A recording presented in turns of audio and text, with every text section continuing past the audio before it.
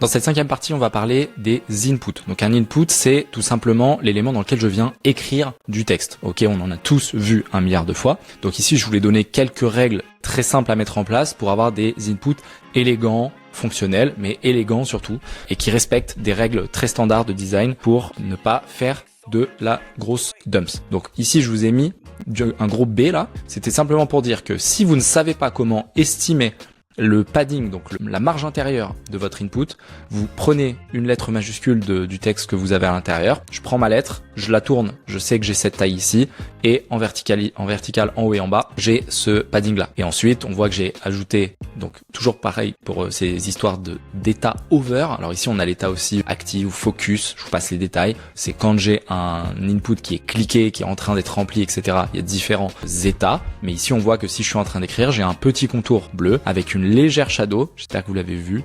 Hey, je t'interromps 2 secondes pour te dire que si ce contenu t'intéresse, j'ai fait toute une formation complète sur les bases du web design. Ce que tu es en train de regarder, c'est un extrait de cette formation.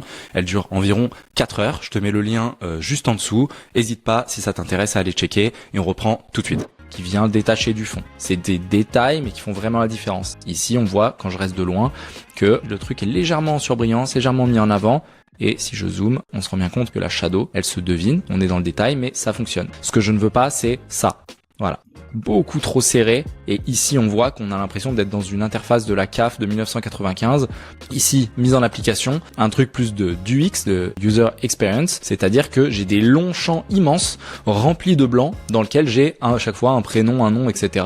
Bon, c'est pas franchement bandant. Ce que je vous propose, c'est de réfléchir au fait que un élément, un input en l'occurrence, va être rempli en général avec un petit mot. Voilà, là en l'occurrence Geoffrey. Donc, j'optimise mon espace et j'ai 2 champs assez courts. Si je sais que mes inputs ils vont être remplis avec des petits mots, autant faire un truc intéressant comme ça. Et ici, on retrouve du coup ma petite shadow pour là où je suis en train d'écrire, mon contour gris pour les éléments de base avant qu'ils soient cliqués. Ici, je vous mets en application sur différents fonds parce qu'il y a plusieurs manières de designer un input. Des fois, c'est un peu une galère.